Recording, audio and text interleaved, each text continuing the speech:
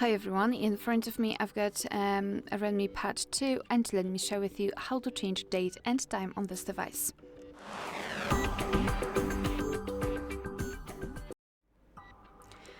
So let's start with opening the settings, and here in this left section we have to scroll down to the very bottom to find additional settings.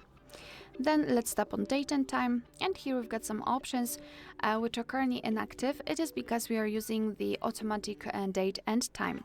So let's first of all turn off this option, so tap on the switcher, and now we can freely tap on date and change it just by swiping, confirm it with OK, the same situation with the time, and confirm it. We can also select the time zone, just tap on it, tap on the region, and here we've got the full list of available ones, so find yours and then tap on it. Choose the region, the time zone. Alright, so we've got it set, and that's not what I wanted to do. Let me go back quickly.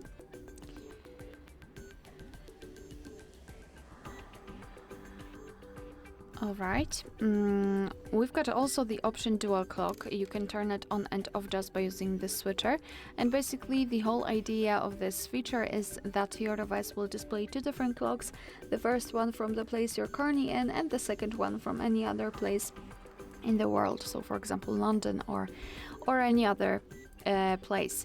You can also decide what kind of clock format you'd like to use. So right now we've got a 24-hour one.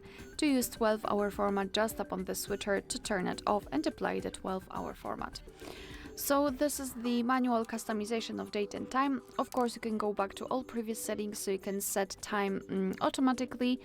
Just turn on this option. However, be aware, because the time, even the automatic time, will be affected by the time zone, so be sure to change the time zone also.